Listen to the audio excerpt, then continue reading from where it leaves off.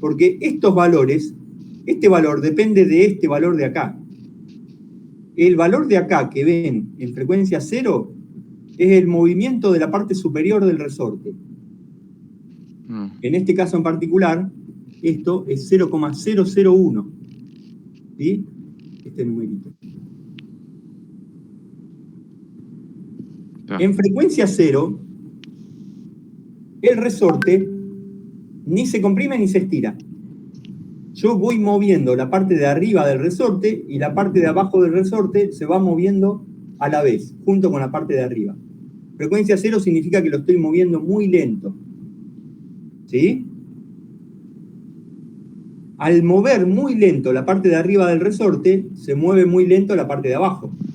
Entonces, el movimiento de la parte de arriba y el movimiento de la parte de abajo son iguales. Entonces, si este es B en frecuencia 0, este es también el X mayúscula en frecuencia 0.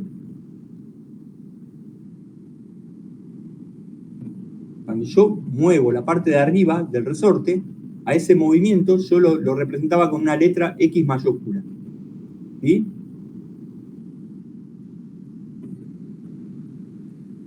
Cuando yo muevo la parte de arriba del resorte con una frecuencia de resonancia, a este movimiento chiquito de la parte de arriba del resorte le correspondía un movimiento mucho más grande de la masa. Funcionaba como un amplificador de amplitud del sistema, ¿sí? Eso era la resonancia en sí mismo, ¿no es cierto? La partecita de arriba del resorte se está moviendo con amplitud 0,001 y la masa se está moviendo con una amplitud 20 veces mayor, 0,020. Cuando estoy en la frecuencia 2.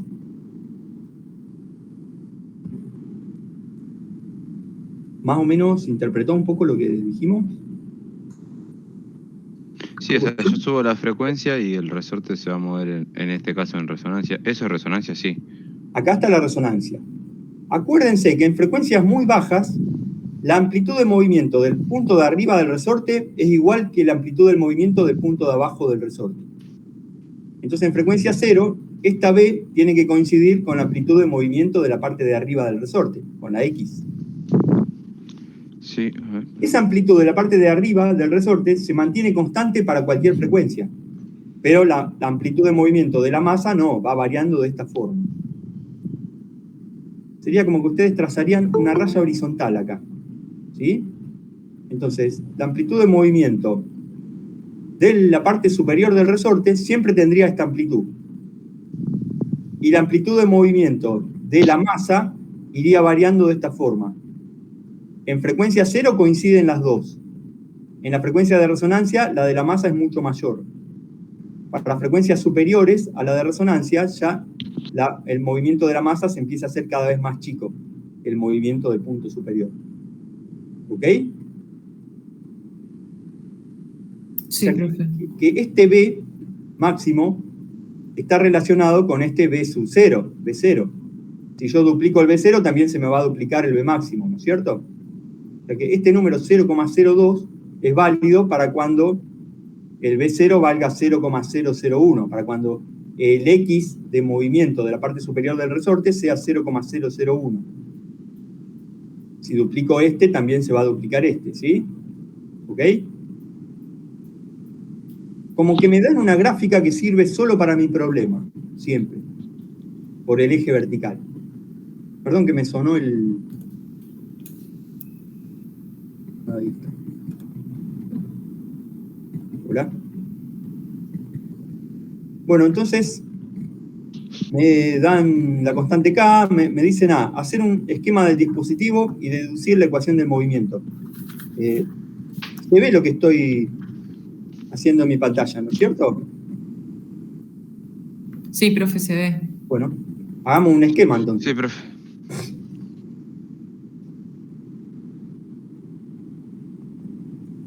Vamos a esperar que arranque esto.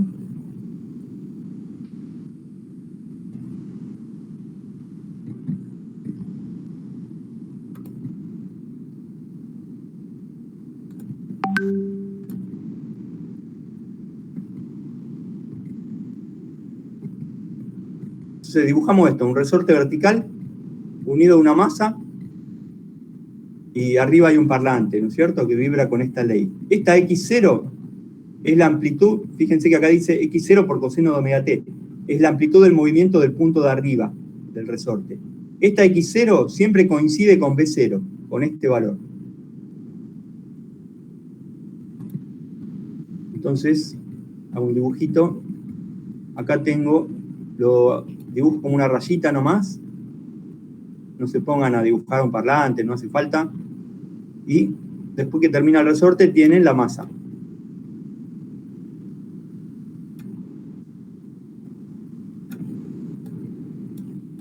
Y además habría algo similar a un amortiguador. Entonces hacen un dibujito como este. Un lado unido a la masa y el otro lado unido a la parte de arriba, ¿no es cierto? Entonces, acá hago un eje.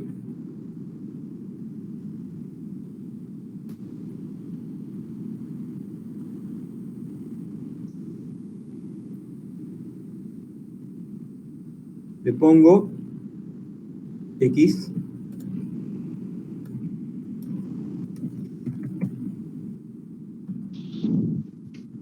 Acá. Esto que acá va a valer 0, Sí. ¿qué es? El movimiento del punto superior del resorte. Yo lo que voy a ver desde acá para adelante es el movimiento del punto superior del resorte, o lo que le llaman también el movimiento del vástago. El parlante tiene un alambrecito, a eso le llaman vástago, ¿sí? Eso es el movimiento del punto superior del resorte. ¿Cómo se mueve este punto superior del resorte? Bueno, con una ley que es X de t, X mayúscula de t, que va a tener una amplitud X0 por el coseno de omega t.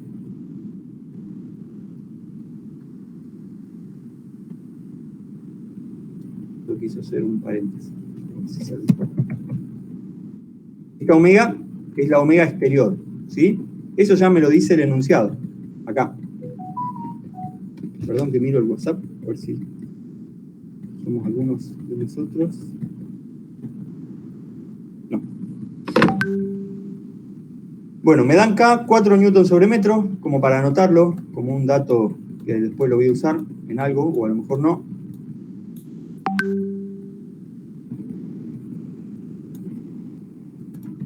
Y lo primero que me piden es, bueno, ahí hice un esquema. En el esquema voy a poner algo más que sea el movimiento de la masa. ¿Cómo yo voy a medir el movimiento de la masa? Bueno, lo voy a medir en otro eje que vaya desde acá.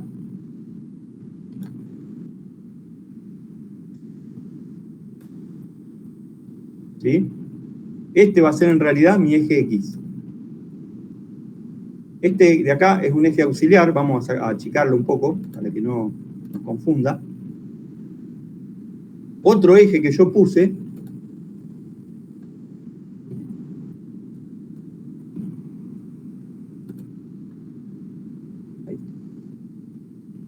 para ver el movimiento del punto superior del resorte, ¿sí? A este le voy a poner de nombre X mayúscula. Es este X de t que tengo acá. Y este es X minúscula, ¿no es cierto? El movimiento de la masa. Lo que se comprime o se expande el resorte va a ser la resta de los dos. Cuando X aumenta, se estira el resorte. Cuando X mayúscula aumenta, se comprime el resorte. Entonces, ¿cuánto vale la fuerza que aplica el resorte? La fuerza exterior va a depender del tiempo, ¿no es cierto? Entonces, ¿qué es K por delta X? O sea que va a ser el K del resorte, vamos a poner delta X, así lo vamos haciendo paso por paso. En realidad, si usamos todas las notaciones vectoriales, como ustedes lo vieran en Física 1, le pondríamos rayita a todo y acá tendríamos que poner menos K por delta X. Pero bueno, nosotros trabajamos con módulos y después le ponemos los signos que corresponden dentro de la ecuación, ¿sí? De la sumatoria de fuerzas. Entonces acá trabajamos solo con módulos. La fuerza que está apareciendo sobre la masa, ¿cuánto vale? K por el delta X del resorte. Bueno, una fuerza para abajo, si yo considero la fuerza del resorte para abajo, ¿cuándo va a ser positiva? Cuando el delta X sea de compresión, ¿cierto? O sea que la fuerza va a tener un módulo positivo para abajo cuando este delta X sea de compresión, o sea, cuando aumente este X. Cuando este X se haga más grande, se venga para abajo, el resorte va a estar comprimido y me va a aparecer una fuerza acá abajo que me va a apuntar para abajo, ¿sí? Entonces esto lo escribo como K por el X mayúscula de T menos el X minúscula de T.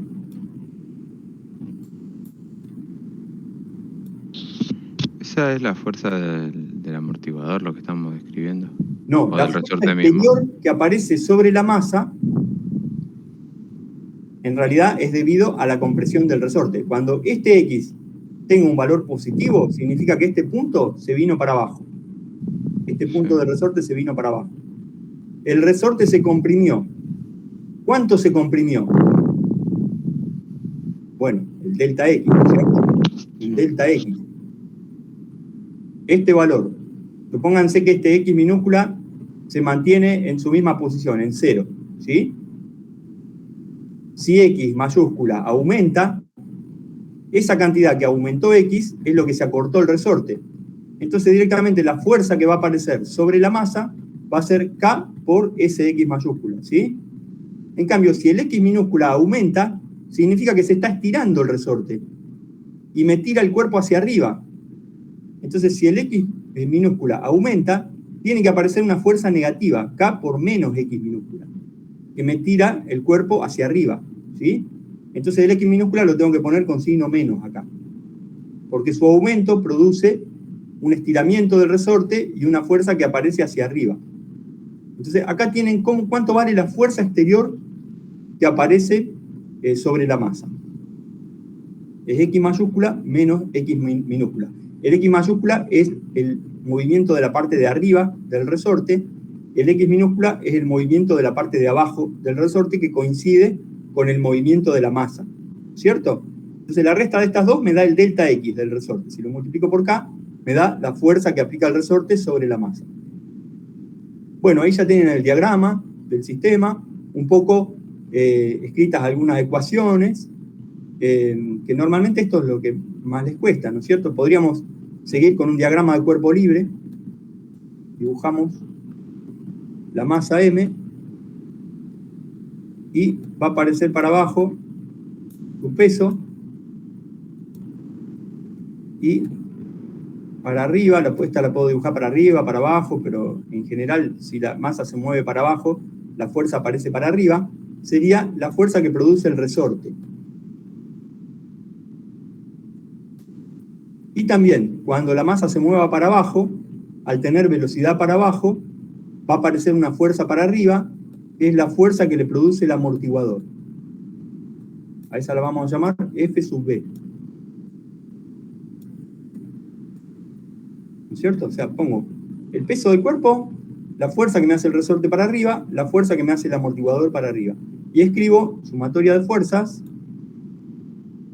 en el eje X igual el peso menos la fuerza de resorte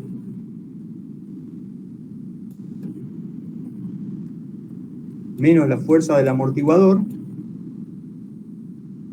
igual a la masa del cuerpito de abajo por su aceleración. Entonces ahí ya tengo la segunda ley de Newton que me va a servir para obtener la ecuación diferencial. Voy reemplazando cada cosa, ¿no es cierto? El peso es m por g, la masa del cuerpo por la gravedad. La fuerza del resorte es el K del resorte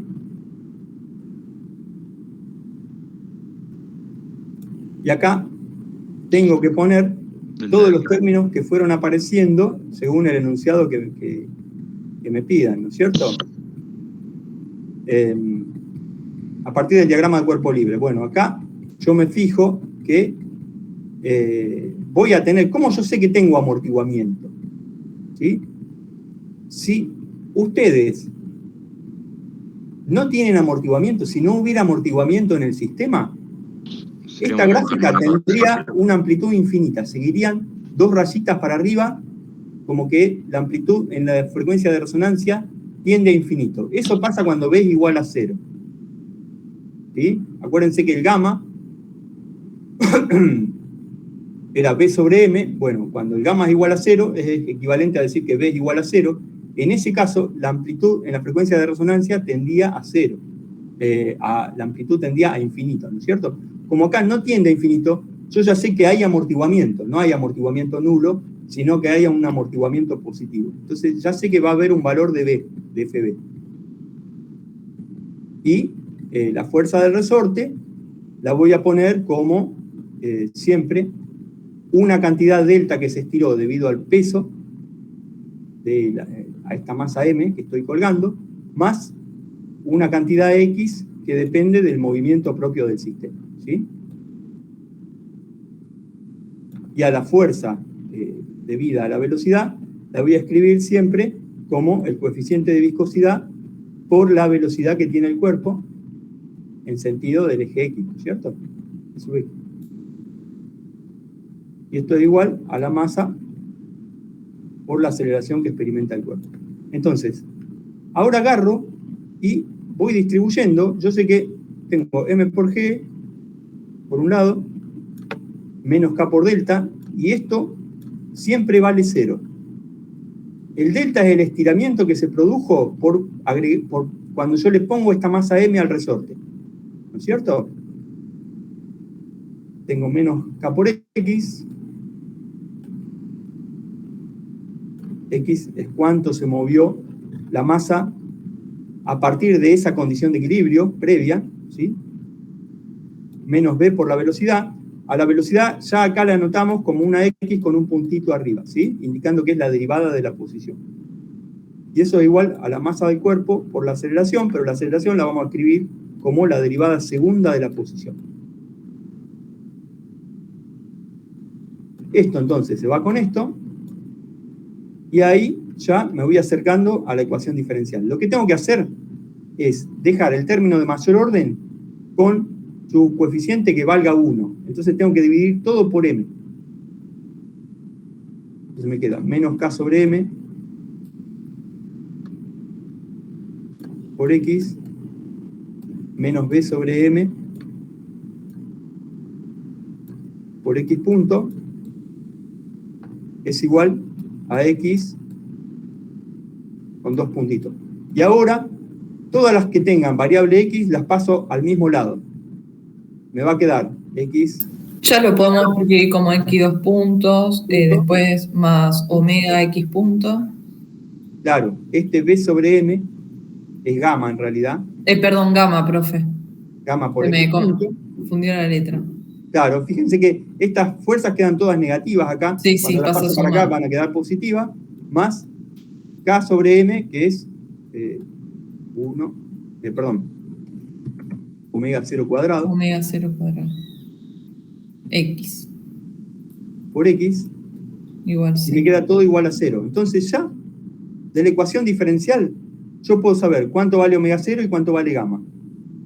Gamma, en este caso, va a ser el B del sistema dividido M, ¿sí? Y omega 0 va a ser la raíz cuadrada de B sobre M. de esta parte de acá, K sobre M. Esto es lo que yo reemplacé por omega 0 cuadrado. Entonces, omega 0, ¿cuánto vale? La raíz cuadrada de K sobre M. Entonces voy, miro en el sistema, veo que el gamma depende solo de la masa y del amortiguador. Acá en el amortiguador está el coeficiente B. Y la frecuencia de resonancia depende solo del resorte y de la masa, ¿sí?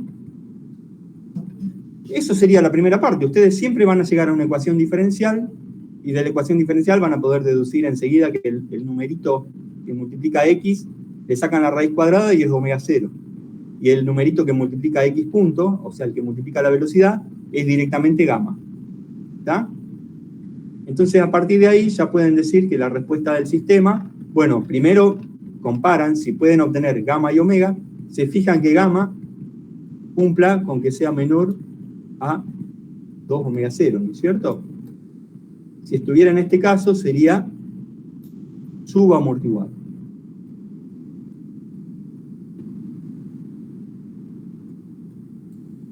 Si estuviera en el caso en que fueran iguales, sería amortiguamiento crítico. Si estaría en el caso de que gamma sea mayor, estaría en el caso del sobreamortiguado. Según en qué caso estoy, utilizo una expresión de x de t correspondiente a ese caso. Siempre voy a tener una x de t que sea la amplitud A por E a la menos... por E a la menos gamma gamma sobre 2 sobre por 2 t. Y después cambia lo otro. Y después cambia lo otro, ¿no es cierto? Acá pone la función que corresponde. Acuérdense que si es subamortiguado, acuérdense de poner coseno de omega 1, no de omega 0.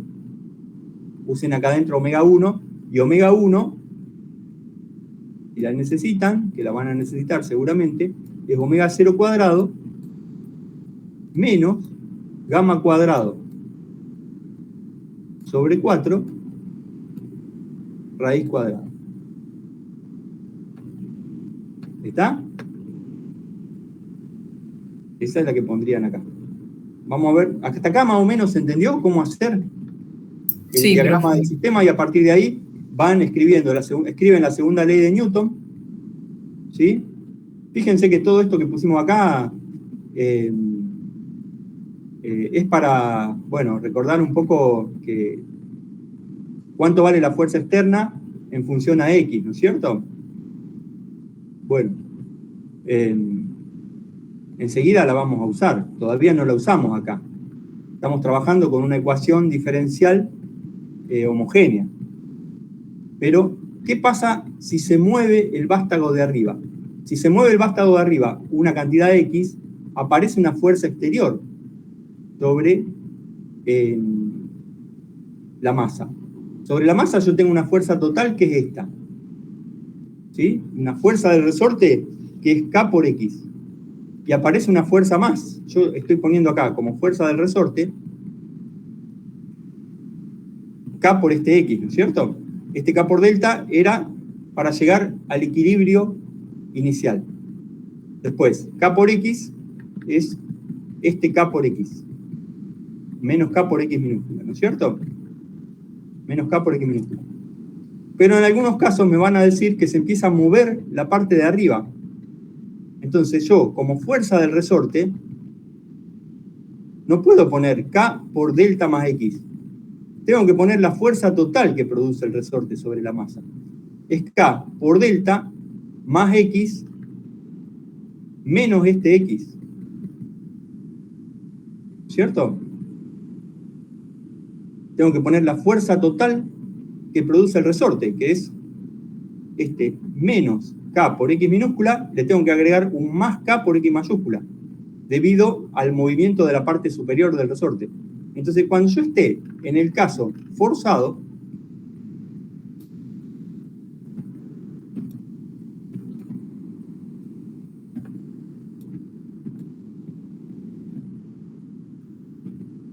la sumatoria de fuerza, el diagrama de cuerpo libre queda igual, ¿sí?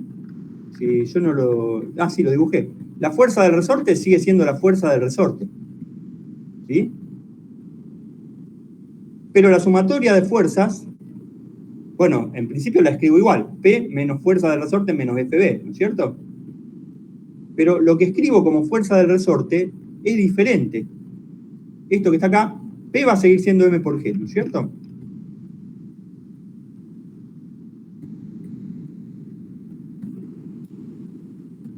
Siempre acá ponen P menos fuerza del resorte menos fuerza viscosa igual masa del cuerpo por su aceleración. Bueno, el P siempre va a ser M por G. La fuerza del resorte es K por un factor que es la compresión del resorte, ¿sí?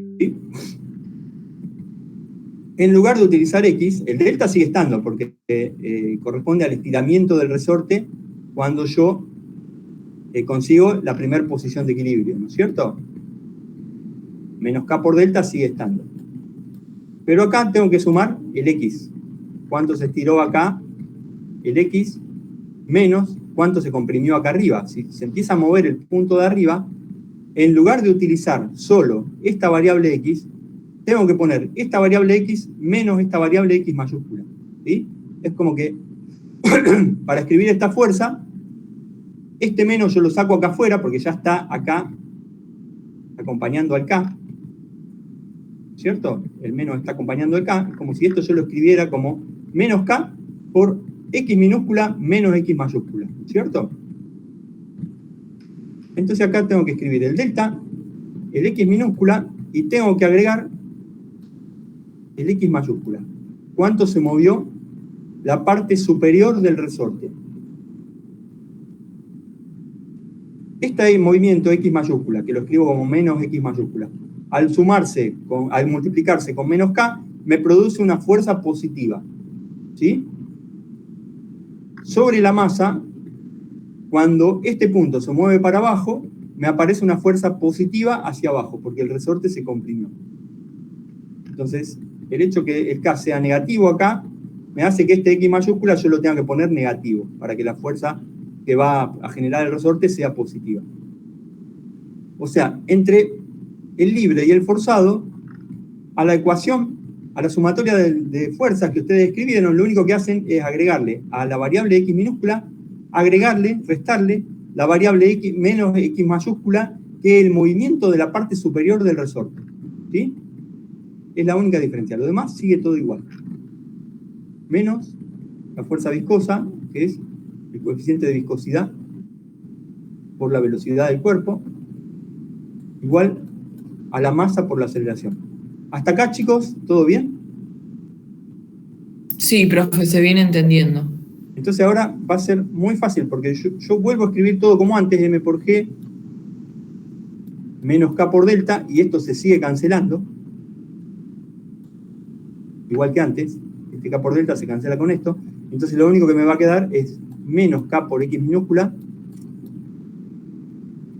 más k por x mayúscula. Acuérdense que este es mayúscula, menos b por b igual m por a. Ahora vamos a hacer un paso todo brusco, ¿no? Porque esto ya lo hicimos antes.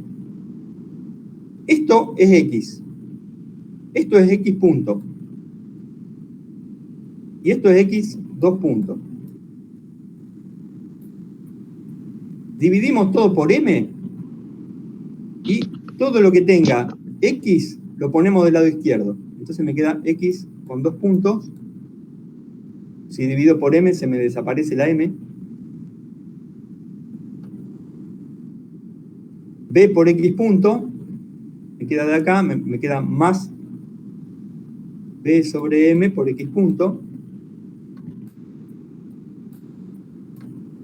Este menos k por x pasa para acá como más k por x, todo es igual que antes. K sobre m, porque dividí todo por m, por x, todo eso lo pasé para un solo lado. Y lo que no tenga la x minúscula es este factor que tiene la x mayúscula. La x mayúscula es otra cosa, ¿no es cierto? No es el movimiento de la masa de abajo, es el movimiento del punto superior. Bueno, eso lo dejo de este lado sin pasarlo. O sea que acá tengo la constante k dividido la masa, porque tuve que dividir todo por la masa. Esta masa pasó dividiendo a todo, por x mayúscula de t.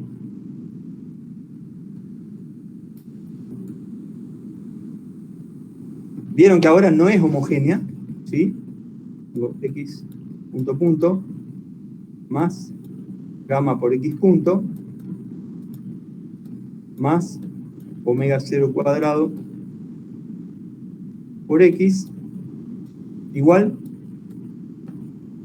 a una fuerza exterior, k por x mayúscula. Esta la voy a llamar una fuerza exterior, o la vamos a llamar F directamente, solamente, ¿sí? Va a depender de T sobre la masa. ¿Cuánto vale la fuerza exterior? Esta F de T es igual a la constante K del resorte por X de T, que tenía valor X0 por coseno de omega T. pegué justo con la hoja. ¿Está? Esa me la habían dado en el enunciado. Me habían dicho que x de t, el movimiento del punto superior, era x0 por coseno de omega t. ¿Sí? Y bueno, acá ya tengo la ecuación diferencial para cuando el sistema es forzado, porque veo que es una ecuación diferencial no es homogénea, ¿sí? Acá dejó de haber un cero. Entonces, cuando el sistema es forzado, deja de ser homogénea la ecuación diferencial. Y aparece acá la fuerza exterior sobre la masa. La fuerza exterior siempre va a depender del movimiento del punto superior. Me dicen que es x0 por coseno de omega t. Bueno, la fuerza exterior va a ser ese movimiento por la constante del resorte, porque este movimiento es cuánto yo comprimo el resorte. Si la cantidad que yo comprimo el resorte la multiplico por K, me da la fuerza que está aplicando el resorte a sus dos extremos, en particular la fuerza que estaría aplicando a la masa que está abajo. ¿Se entendió la idea, chicos? Sí, profe, re bien. Bueno, entonces yo ahora agarro y directamente digo, bueno, esta ecuación diferencial tiene una respuesta x de t que es igual a la x homogénea que yo ya había visto antes, más una respuesta particular. Tengo que simplemente a lo de antes sumarle algo más, xp de t. Y además me dicen en la teoría, para que yo no me complique tanto, cuánto vale esta xp de t. Voy a agregar una nueva hoja. A ver si me acuerdo cómo se hace. Me dicen que la xp de t siempre va a ser igual a b, que depende de omega, por el coseno de el omega exterior por t, más un delta que depende de omega. Profe, Sí, o sea, cuando yo llego a la ecuación diferencial, directamente reemplazo la solución. claro, Cuando en claro. este caso, Ustedes no pueden resolver esto todavía. Además, por más que pudieran, alguno a lo mejor ya lo estudió y ya sabe cómo hacerlo, pero se le requeriría mucho tiempo para demostrar que la solución de esta es esta que ven acá. Entonces, para ser más rápido, nosotros ya sabemos que cuando tengamos una ecuación diferencial de segundo orden y el coeficiente que está acá no sea cero, la respuesta va a ser de este tipo. Si es cero, la XP no está. Si no es cero, aparece la XP. Y la XP tiene esta forma. Esto de memoria, siempre. Porque a mí me dicen que F es una función cosenoidal. Entonces, yo sé que en el régimen forzado, la respuesta del sistema tiene que ser una función cosenoidal. Entonces, escribo una función cosenoidal genérica, que tenga una amplitud que dependa de omega y una fase inicial que dependa de omega. Es simplemente eso, ¿no es cierto? La misma función que ustedes tienen acá es un coseno, la tienen que poner con otra amplitud, que sería b de omega, y la tienen que poner con otra fase, que sería delta de omega. Y se acuerdan que tanto b como delta dependen de omega, y listo, ya está. Y si de la gráfica yo puedo obtener b y puedo obtener delta, ya puedo escribir esto. ¿Está? sí, profe. Bueno, entonces yo ahora voy a ver enunciado. A ver, Profe, ¿te puedo hacer una pregunta? Sí, antes que siga. Porque yo, Sí. o sea, sabemos que la X homogénea Sí. para tiempos muy grandes era igual a cero, ¿no? Sí. ¿Y cómo sé cuándo es un tiempo grande? O sea, ¿cómo lo mido eso, por ejemplo? Así, mirá. Esta es la X final. Sí. Para tiempos muy grandes, vamos a escribirlo todo, así lo tienen y lo pueden simplemente analizar. XH tiende a 0 por la exponencial. Entonces, X total tiende a ser igual a la XP, solo la XP. ¿No es cierto? La x de t se hace igual a la xp de t para tiempos muy grandes. Entonces la xh es muy chiquita. O sea, la xp nunca disminuye de amplitud, siempre vale esto. La xh es mucho menor que la xp para estos tiempos. ¿Está? ¿Hasta ahí me creen? Sí. Entonces yo lo escribo matemáticamente esto. La XH tiene una amplitud que es A por E a la menos gamma sobre 2 por el tiempo. por T. Y después, bueno, según el caso que sea. ¿Cierto? Claro, o una función cualquiera, pero siempre es una función que va a ir variando entre -1 y 1, o entre 0 y 1. Esto, la amplitud de la XH, tiene que ser mucho menor, o mejor dicho, sí, vamos a poner mucho menor, que la amplitud de la particular. La amplitud de la particular es B, por una función coseno, ¿no es cierto?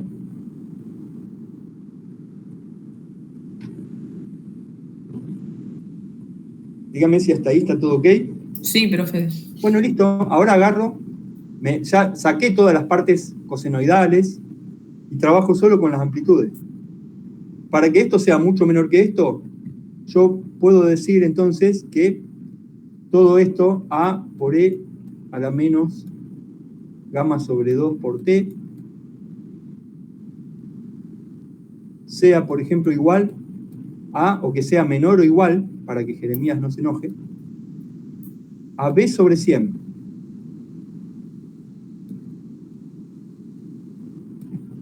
¿No es cierto? Que llegue al 1% de la amplitud, que la transitoria llegue al 1% de la amplitud de la forzada.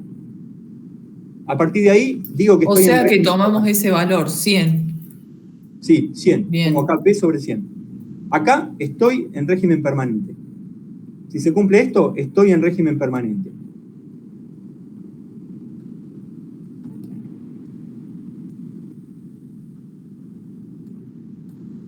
Y una vez que estoy en régimen permanente, ¿qué pasa? Solamente uso la particular. O sea, eso lo aclaro. Una vez que estás en régimen permanente, ya sabes que X es XP. Son iguales prácticamente, ¿sí? Si me piden la respuesta en régimen permanente, lo único que ustedes tienen que obtener es XP. No hace falta que obtengan la A por E a la menos gamma, sobre todo eso no hace falta. ¿Me explico? Porque si ya estoy en régimen permanente, ya desapareció esta. ¿Sí? ¿Escucho? Sí, pero el tiempo lo despeja de ahí, ya está. Claro, la pregunta es ¿cuánto vale ese tiempo? Entonces ahora despejamos el tiempo de acá. Se ponen a calcular logaritmos. Ahí pasamos dividiéndola y después aplicamos el Sí, logaritmo en eso es ambos fácil. términos. Logaritmo neperiano de menos gamma sobre 2. Háblate. A ver, espera, estoy haciendo cualquier cosa. El logaritmo neperiano de E a la menos gamma sobre 2 por T es menos gamma sobre 2 por T. Eso tiene que ser menor o igual al logaritmo neperiano de B sobre 100. B sobre 100A. Ustedes lo van escribiendo, ¿no es cierto? Para que lo tengan. Chip. Bien, perfecto. Uy, la excepción. Si le cambio el signo a todo, me queda gamma sobre 2 por T, tiene que ser mayor o igual, se da vuelta el signo, que el logaritmo neperiano de 100A sobre B,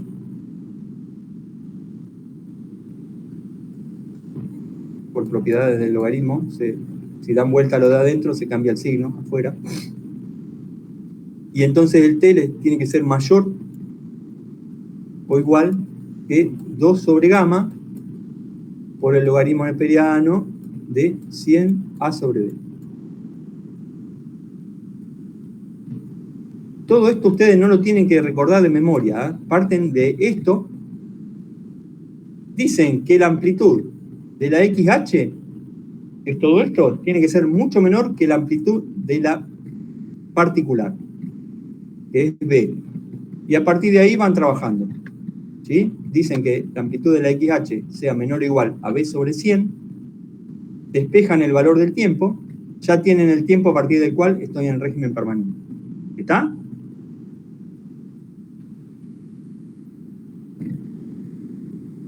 Bueno, el A ya está listo. Vamos a ver el B. Dar la expresión del movimiento en el régimen permanente. Profe, perdón que te vuelva a interrumpir. Sí. Eso, yo no es que lo analizo viendo algo de la gráfica, sino que lo planteo para poder trabajarlo, sería. Claro, hasta ahora no usamos la gráfica. No usamos la gráfica, bien. Ahora en el ítem B usamos la gráfica. Bien, bien. Solo calculamos el tiempo a partir del cual estoy en régimen permanente. Pero Bien. inclusive, no me lo preguntaron, yo lo calculamos porque ustedes lo querían saber. Pero a ver si en alguno de estos... Profe, y si en el parcial tomaras, por ejemplo, no algo está en así... el ítem, pero en algún ítem puede aparecer esa pregunta. Pero es necesario hacerlo, por ejemplo, en el parcial, o ponerle que nos toca una parte como esta, que es hacer el esquema y deducir. O sea, nosotros haciendo eso, nos queda que nuestra ecuación x de t quedaría igual a la particular, deduciendo esa parte, porque sabemos que la homogénea para tiempos muy grandes era 0 y hacemos después todo lo demás. Eso depende de lo que pregunte el problema, guarda. Por ejemplo, mirá el ítem B. Sí. Me dice, dar la expresión del movimiento en el régimen permanente. ¿Qué pondrías acá? Y en el régimen permanente lo que acabamos de hacer. Lo que acabamos de hacer, solo la XP. Ajá. O sea, dirías, Porque la la otra ya se homogénea es muy chiquita, Claro. por ende la respuesta del sistema es solamente la solución particular, y Claro. escribo la solución particular. Sí. Y ahí sacamos el tiempo para cuando sea ¿O el no? régimen permanente. Si me lo pide, ahí nada me lo pide. En este caso no haría falta sacar el tiempo, porque lo está pidiendo. Ah, listo. Pero podría haber un ítem, acá una prima, acá en Sí. medio, que diga en qué tiempo se puede considerar que el sistema está en régimen permanente. Entonces calculá ese tiempo. Bien, bien. ¿Ah? Bien. Ahora, también puede ser que un B' me pregunten dar la expresión del sistema del completo para todo T. Bueno, ¿qué escribís ahí? ¿Me podrías volver a repetir la pregunta? ¿Dar? Sí, dar la expresión del movimiento para todo T. No me ponen en régimen permanente. Y la que obtuvimos originalmente, el x de t igual al x homogéneo más la x particular. La suma de las dos. La suma de las Lo único dos. que hacen es escribir una a continuación de la otra. Bien. A por R menos gamma sobre 2 por T, por el coseno de omega 1 por T más phi, más, y ahí le agregan B, por el coseno de omega 1 por T más delta. Escriben todo. No Perfecto. tienen que aprender nada nuevo, solo tienen que escribir No. una atrás de otra las dos cosas que ustedes vieron previamente. Claro, como que son más ejercicios de, no tanto de resolver, en este caso de forma numérica, sino como que vamos trabajando con las expresiones. Sí, son ejercicios más teóricos donde ustedes, ante una pregunta, escriben lo que la pregunta pide. Es muy importante que analicen bien la pregunta, ¿no es cierto? Bien. Y acá en este caso particular, que me piden en el régimen permanente, yo tendría que poner en el B, x de t igual xp de t. Esto no hace falta que lo pongan, pero es un agregado que viene bien para no olvidarme qué quiero poner. Entonces ponen b de omega por el coseno el omega exterior por t más delta de omega. Y después empiezo de la gráfica, viendo cuánto vale omega, empiezo a tratar de obtener b de omega y a tratar de obtener delta de omega, ¿no es cierto? Fíjense que me dice que omega es 2,5. Bueno, 2,5 es por acá más o menos, ¿no es cierto? La agrandamos bien. En omega igual 2,5, estoy casi en este punto. ¿Qué amplitud le corresponde? 2, Es apelita menos que 0,02, pero bueno, más o menos. 0,002, ¿no es cierto? Entonces, mirando la gráfica, vengo acá y pongo x de t igual ¿Pero es el valor de A o de B? De A. de b. Esta gráfica te da siempre el valor de b, Jeremías. Acá está el b máximo. Porque esa gráfica es de la respuesta cuando ya está en régimen permanente. Régimen permanente. Acá está el b0. ¿Sí? El b0 y el b en 2,5 es 0,002. Sí, el B0 es el X de, o sea, es el valor del máximo del X de D. Este es Del b0. X prima, del X grande, del vástago, digamos. Sí, b0 coincide con x0, x mayúscula 0. Ahora lo vemos analíticamente si quieren. ¿Sí? Y este es b máximo. B máximo es 0,02.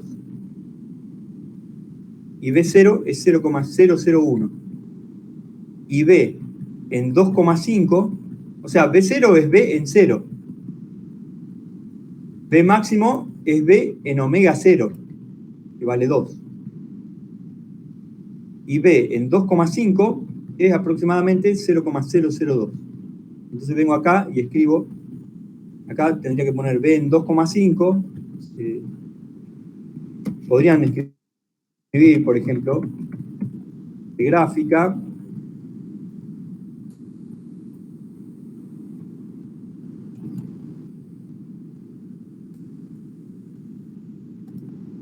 b en 2,5 igual 0,002.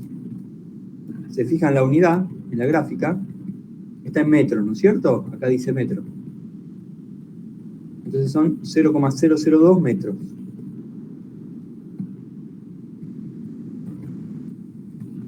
Y la x de t me queda 0,002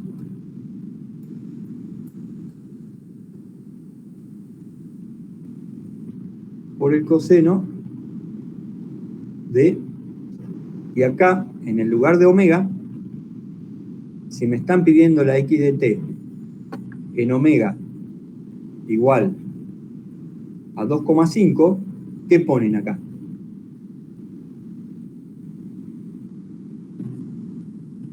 $2,5. 2,5.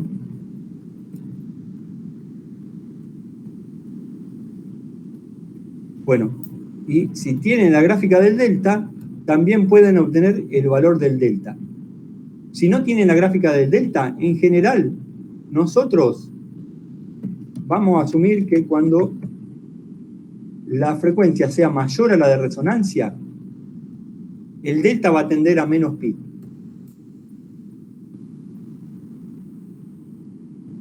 ¿Sí? Vamos a hacer las dos grafiquitas acá para que se ubiquen más o menos. Yo tengo una amplitud de respuesta y la fase del sistema, ¿no es cierto? Esto es B. Y esto es delta. La amplitud de respuesta es algo así. Siempre. Este de acá es B0. Acá tienen B máximo.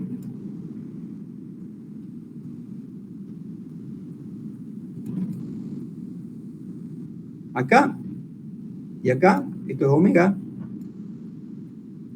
tienen omega 0. ¿No es cierto? Bueno, yo estoy pidiendo el B en una frecuencia que es 2,5. Este de acá. 0,002. ¿Sí? Bueno, tengo que utilizar la fase en esa misma frecuencia.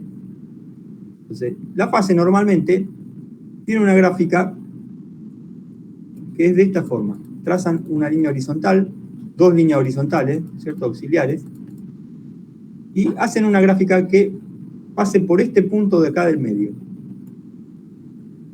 Viene desde 0, pasa por este puntito y se va a la otra recta. La parte de acá del eje es 0, la fase es 0. Esta línea central es menos pi sobre 2.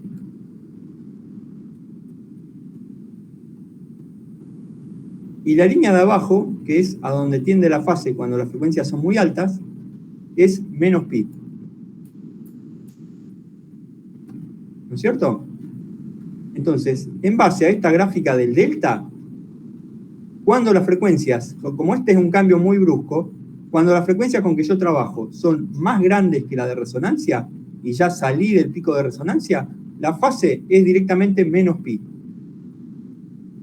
Cuando estoy trabajando con frecuencias muy bajas, por abajo del pico de resonancia, la fase vale 0.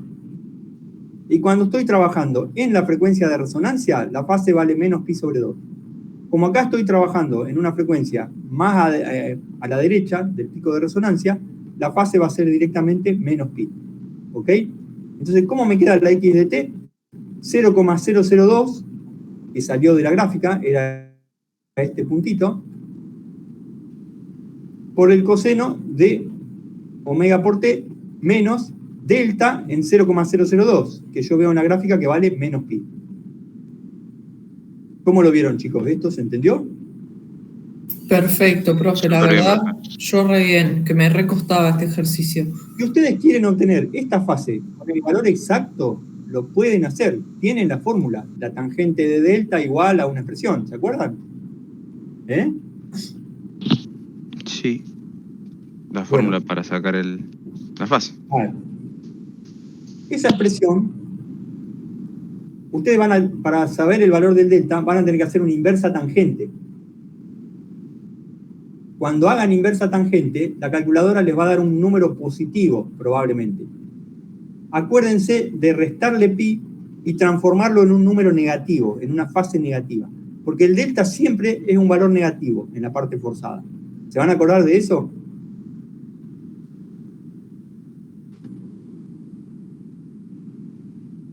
Si obtienen la fase en forma analítica, al calcular la inversa tangente, van a obtener un valor que sea tangente de delta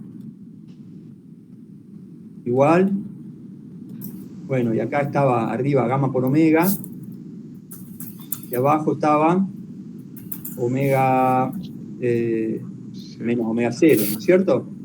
¿Se acuerdan? Sí, igual que la de Phi, pero despejada del coso. Esto era omega cuadrado menos omega 0 cuadrado. ¿Sí? ¿La tienen por ahí para verificar? Ahí me fijo, profe. ¿Sí?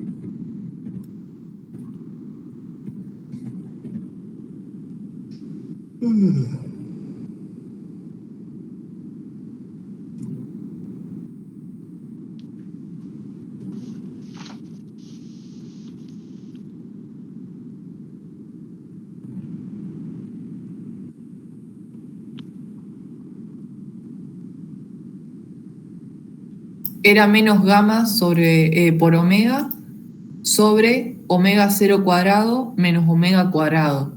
Bueno, fíjense que yo no le puse menos arriba, pero lo cambiaste abajo, claro. y es muy válido. Si ustedes lo tienen así, se los voy no se los voy a cambiar. Espera que voy a borrar esto. Abajo vamos a poner, para que lo tengan igual en todos lados, omega 0 cuadrado menos omega cuadrado, y aparece un signo menos arriba, así, ¿no es cierto? Sí. Bueno, cuando calculen esto, estos son numeritos que ustedes ya lo tienen, los fueron sacando del sistema, gamma, omega, ¿no es cierto? Si quieren podemos ver de obtenerlo acá de este problema. Fíjense que no es difícil. ¿Sí? Acá, fíjense que B0 vale 0,001 y B máximo vale 0,02. ¿Cuánto vale Q?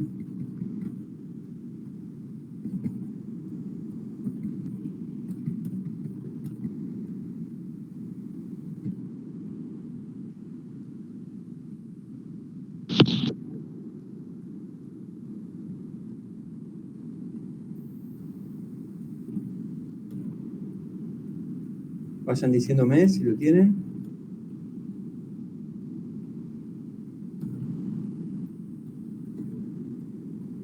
Sale de la gráfica del Q, ¿no es cierto? Creo que va aproximadamente, no se lo estoy suponiendo, 20 puede ser, ahí lo estoy calculando. Se fijan el pico del B máximo y lo dividen por este, B0. Es la división. Este punto de acá, dividido este punto de acá, les da el Q. ¿Está? En este caso me da 20. Bueno, el Q tiene una relación con el gamma. ¿Se acuerdan la relación del Q con el gamma? Sí, profe. A un gamma más chiquito le corresponde... Yo me acuerdo que era omega 0 sobre gamma. Perfecto. Entonces de ahí puedo sacar gamma. ¿Cuánto vale gamma? Omega 0 sobre Q. ¿Sí? ¿Y el omega 0 cuánto vale? Era 2,5, no nos habían dado. En este caso que estábamos... es 2. 2,5 es la frecuencia externa. Perdón. ¿Cierto? La de resonancia es 2. Entonces, yo agarro, miro la gráfica, veo que es 2. 2 dividido 20. De acá saco directamente el gamma es 0,1. ¿Sí? ¿Hasta ahí bien, chicos? Sí. Bien. Bueno, tengo el gamma y tengo omega y tengo omega 0. Pongo esos tres valores acá. Omega 0 es 2. Gamma es 0,1. Y omega es 2,5. Ustedes hacen la cuenta y les da un número. Después le tienen que aplicar inversa tangente. Si esa, vamos a hacerlo así, ven lo que les pasa en la vida real. ¿No es cierto? Sacamos la calculadora y ponemos. Gamma es 0,1. Con signo negativo para agregar el menos, por omega. 2,5. Dividido. Ahora tengo que empezar a abrir paréntesis. Omega 0 es 2. Al cuadrado sería 4. Menos omega es 2,5. Al cuadrado sería 2,5 al cuadrado. ¿Sí? Cierro el paréntesis. Ahí está, quita la fórmula arriba, no sé si la ven porque está muy chiquita. Menos gamma por omega dividido omega 0 cuadrado menos omega cuadrado, el cuadrado de 2,5. Eso me da 0,1111. Cuando estoy del lado derecho del omega, esto se hace negativo, porque este es más grande, entonces se cancelan los dos menos, ¿sí? Todo esto es un número positivo, 0,111. Bueno, tienen que trabajar en radianes, acuérdense de poner la calculadora en radianes, ¿sí? Y ahí, esto es tangente de delta. Después que la pongan en radianes, ponen inversa tangente. Y les da un valor. Pero me da un valor positivo, 0,11. Si ponen 0,11, estaría mal. Si ponen delta igual 0,11, estaría mal. Lo que tengo que hacer es al valor que obtengo, si me da positivo, restarle pi. Le resto 3,14 y me da un valor menos 3,03 o 0,031.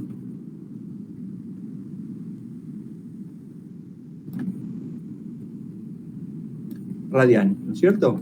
Este es el valor de delta que obtenido analíticamente. Profe, ¿siempre nos va a dar el valor del primer cuadrante? ¿El arco tangente de esto? La calculadora te da el primer cuadrante o el cuarto. Si te da el cuarto, todo bien porque es negativo el ángulo. Está. Pero si te da el primero, tenés que restarle pi. Te va a dar un número chiquito. Cuando le restás pi, te da casi menos pi. ¿Cierto? Sí, una pregunta capaz que media tonta, pero... Pero fíjate, Jeremías, antes de preguntar, fíjate que este valor es casi menos pi, ¿no es cierto? Es aproximadamente igual a menos pi. O sea que si ustedes le pusieron menos pi acá... Estaba bien, sí.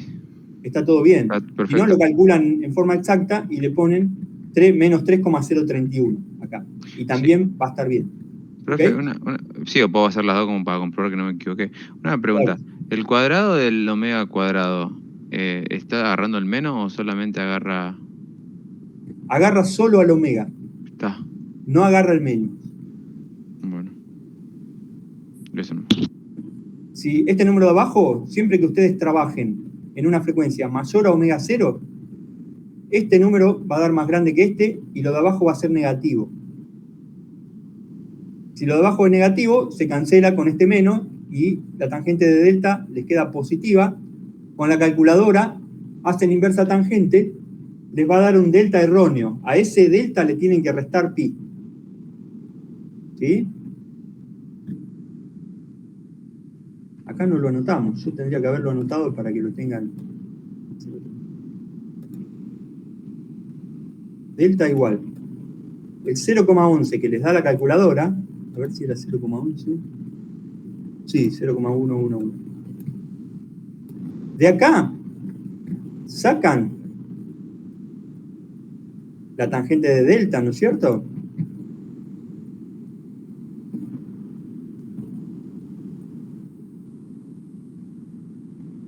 Muy perdón. Esto era 0,11.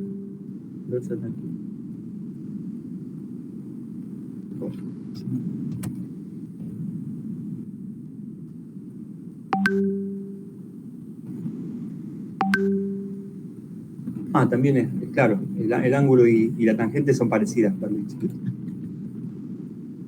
Esto le da 0,11. La inversa tangente también le da 0,11. Pero no tiene que poner 0,11, tiene que poner 0,11 menos pi, en ese caso. Porque lo tienen que transformar a un ángulo negativo.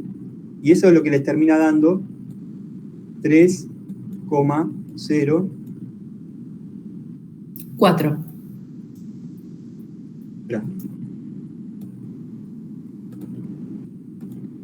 3,031 en este caso, ¿sí? O 3,04, según el pi que ustedes trabajen.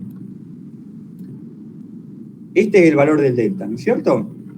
Bueno, es lo mismo que decir que el delta va a ser tan chiquito que lo vamos a tomar como menos pi, cuando estamos trabajando con una frecuencia muy grande. ¿Está? Profe, o sea que podríamos poner, o guiándonos de la gráfica, como Sí. hiciste en un primer momento, o calculando todo esto. Sí. ¿Vos qué nos recomendás hacer si, por ejemplo, llegara a aparecer así el ejercicio? Que Yo lo les recomiendo que lo calculemos calculen, de fíjense, forma analítica, claro. obtengan el Q de la gráfica, Bien. obtengan el gamma con omega 0 y Q, y reemplacen acá, si se acuerdan de la expresión, ¿sí? Si no se acuerdan de la expresión, toman, si es una frecuencia más alta que omega 0, menos pi. ¿Ok? O sea, vayan viendo, porque ustedes están en una situación límite, porque no están estudiando solo esta, seguramente están estudiando otras materias. La memoria a veces te traiciona un poco. Entonces, si vos te vas acordando de las expresiones, ustedes vayan calculando todo lo más que puedan en forma analítica. Profe, una pregunta. ¿El Q, Sí.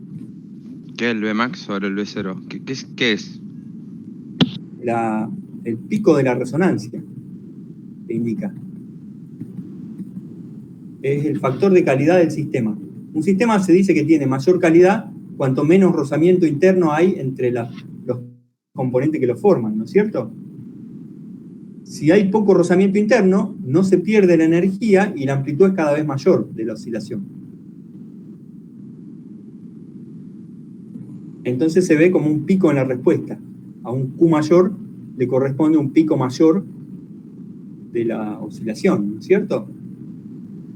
En cambio, cuando vos tenés un sistema con una calidad pobre, estás trabajando con elementos que tienen rozamientos internos y el sistema pierde energía muy rápidamente y puede llegar hasta desaparecer este pico, que es cuando estoy en un sistema muy amortiguado, ¿sí?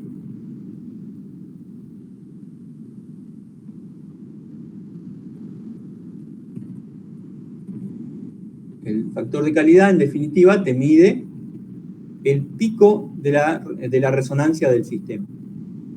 Es el cociente que hay entre el B máximo dividido el B0.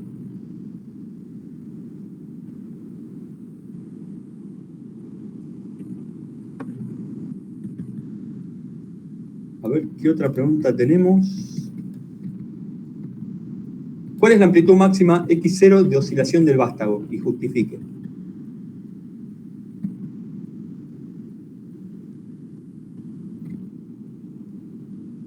Averiguar X0.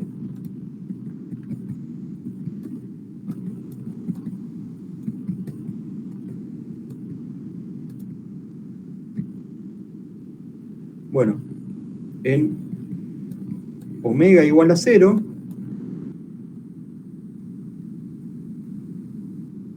ponen ¿cuánto vale? B en 0, ¿no es cierto? B en omega igual a 0, que sería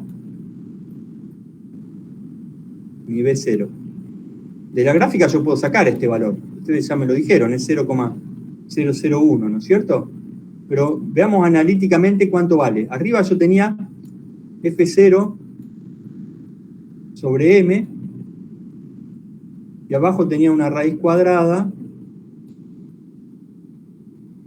que tenía omega cuadrado menos omega 0 cuadrado, o al revés, el omega 0 del otro lado. Es al revés, profe. Es omega 0 cuadrado menos omega cuadrado y todo eso al cuadrado.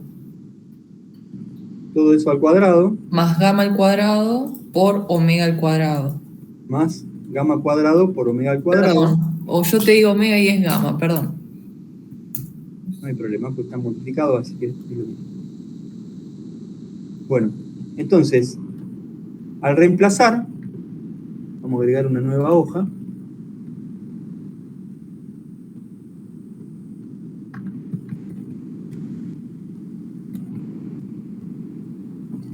Con omega igual a 0 me queda F0 sobre M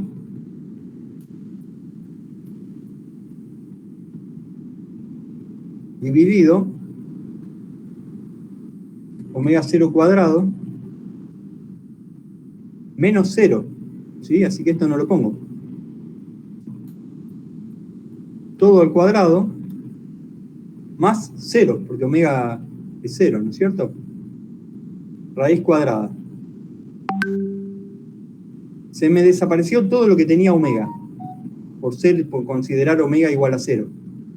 Entonces, la raíz se me va con este cuadrado,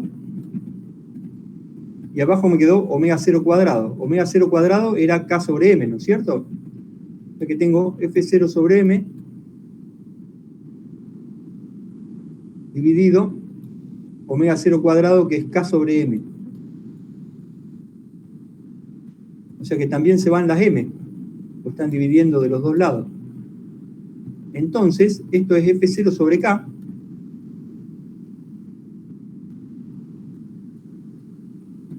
que es el X0, la amplitud del movimiento del resorte. ¿Se acuerdan que si el movimiento del punto superior del resorte yo lo multiplicaba por K, obtenía la fuerza? ¿No es cierto? Profe. Sí, escucho. Perdón. No, cuando pregunté el factor de calidad, pateé el enchufe y se me apagó la compu. ¿Qué está explicando ahora? Porque me perdí. ¿Cuál es la amplitud máxima? X0 de oscilación del vástago. La ¿Está? respuesta para la frecuencia 0, ¿eso es? La amplitud de oscilación del vástago. Claro, dijimos siempre que es igual a esto, pero ahora tenemos que demostrar por qué. Entonces, lo demostramos simplemente. Fíjate. Uy, ahí. No puse dónde empieza el ítem. Vamos a ponerle acá. ¿Cuánto vale X0? La amplitud de oscilación del vástago que está arriba. ¿Te acordás que el vástago se movía con esta expresión? Sí. X0 por coseno de omega t, ¿cierto? Y la fuerza interior que yo tenía, aplicada al sistema, era K por X0 por el coseno de omega t. Entonces, yo puedo decir que la fuerza es un F0 por el coseno de omega t. Ese valor de F0 es mi fuerza máxima, ¿cierto? La amplitud de la fuerza. ¿Cuánto vale la amplitud de la fuerza? K por X0. ¿Sí? Sí. Bueno. Primero escribimos el valor de B. ¿Cuánto vale el valor de B? En términos analíticos, ¿sí? Era F0 sobre M, la fuerza máxima sobre la masa, dividido la raíz cuadrada de omega 0 cuadrado menos omega cuadrado todo al cuadrado, más gamma cuadrado por omega cuadrado. Bueno, después agarro y digo, yo quiero calcular B en 0, o sea, en omega igual a 0. Entonces, este omega desaparece y todo este término desaparece, porque omega es igual a 0.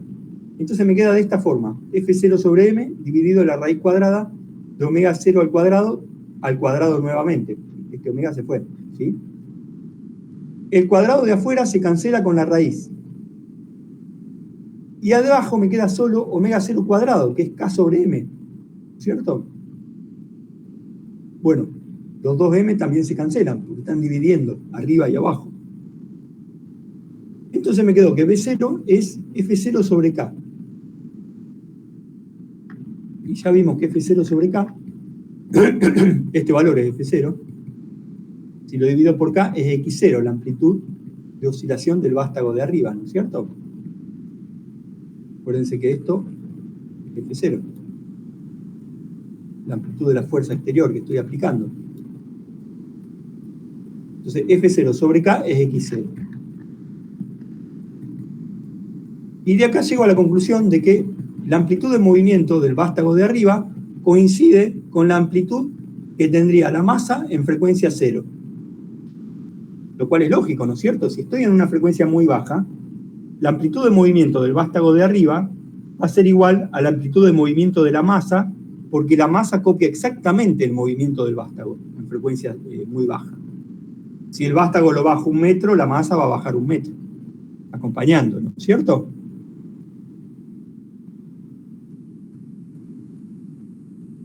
¿Los convencí más o menos de esto? Sí, nos convencí. Bueno.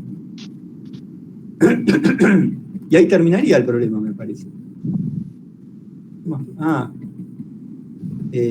Esta es una pregunta más teórica. ¿Cómo se moverá la tuerca si una vez alcanzado el régimen permanente se apaga la excitación externa?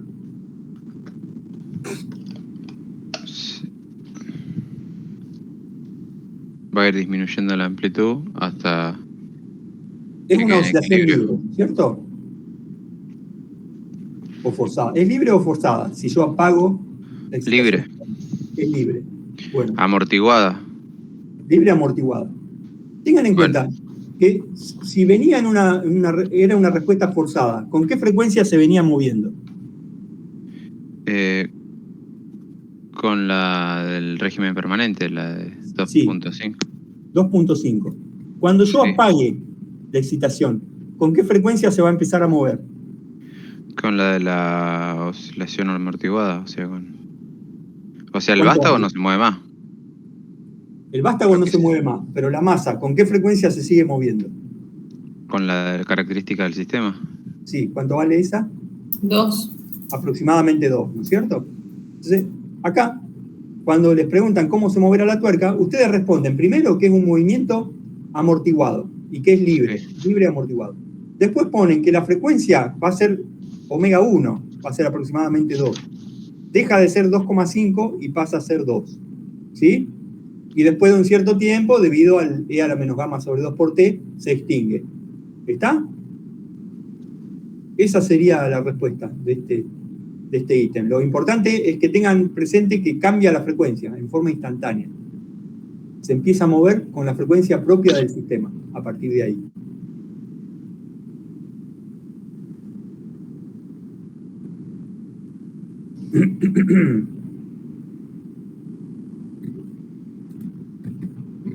O sea, básicamente pongo que se vuelve una oscilación libre amortiguada.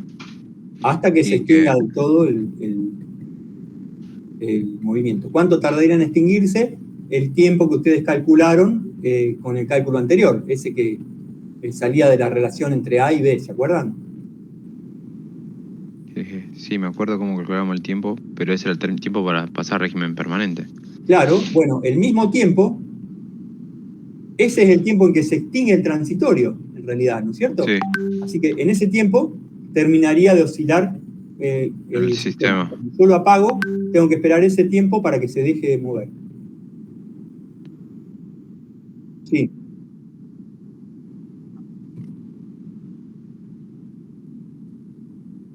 Normalmente sí, porque si no, Es muy si fácil. en un problema de forzada, si no te pongo amortiguamiento, la amplitud tendería a infinito en la frecuencia de resonancia. Y entonces en la vida real siempre hay un amortiguamiento que te evita ese pico, ¿no es cierto?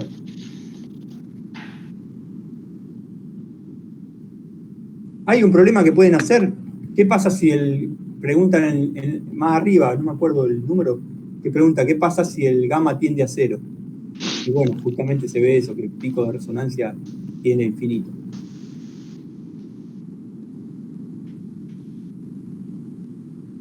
Por ahí en un ejercicio más teórico, ahora no lo vamos a evaluar en este parcial, ¿no es cierto? Pero para el coloquio estaría bueno que lo hagan y vean qué pasa. Sí. Acuérdense que el Q es B0 sobre gamma. Si el gamma tiende a cero, porque el B tiende a cero, el Q tendería a infinito, ¿no es cierto? Y el Q también es B máximo sobre B0. Entonces cuando el Q tiende a infinito, B máximo tiende a infinito.